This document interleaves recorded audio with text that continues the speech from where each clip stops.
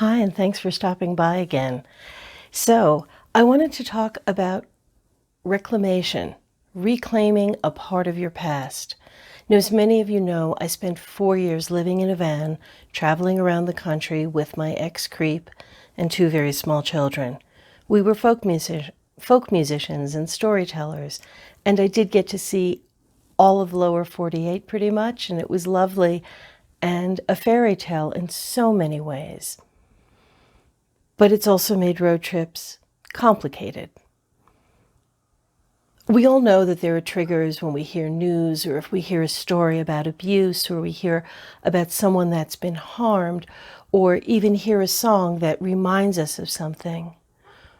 But to have the entire interstate system of the United States be a trigger, that seems unfair.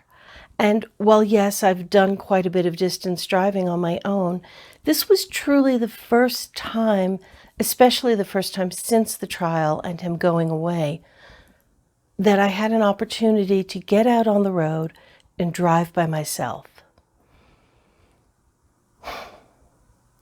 The first thing I want to say is I'd forgotten how beautiful so much of this country was, especially in the Southwest, because when you live in the desert, you don't really think about the mountains that much, other than you can see them from a distance.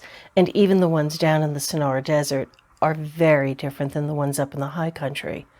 So crossing over into real trees and pine forests was a treat. And part of me felt layers, just layers of myself falling off and reclaiming every inch that I drove over. Seeing some of the sights, seeing Window Rock, for instance, in New Mexico, brought tears to my eye. Partly because Window Rock is just truly amazing, and you should look it up and Google it. It's really pretty.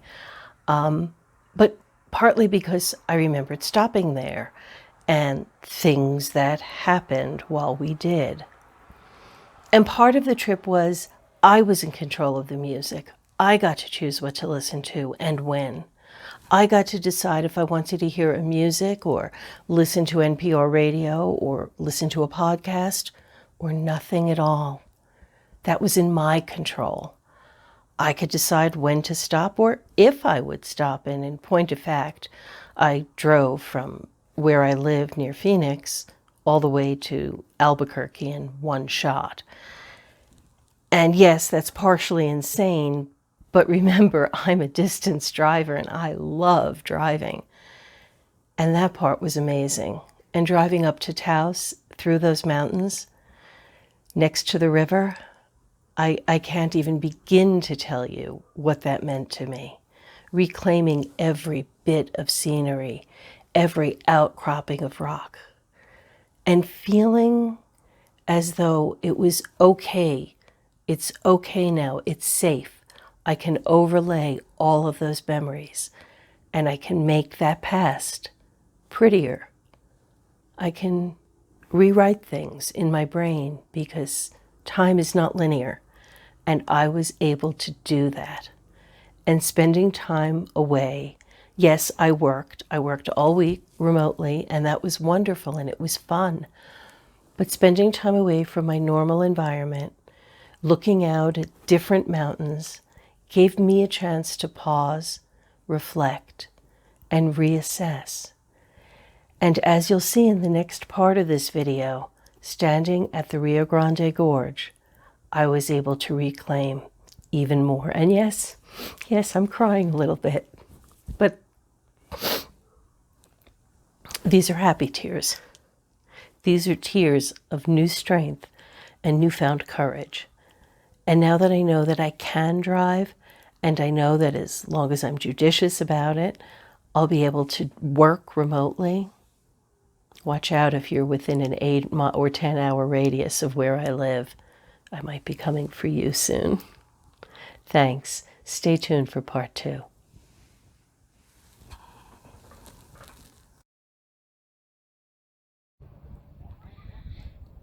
I think the important thing to think about from this whole week away was not just the drive solo out, but today especially, going up all the way to Red River, looking at national forests I haven't seen in 30 years, and suddenly not being afraid of them.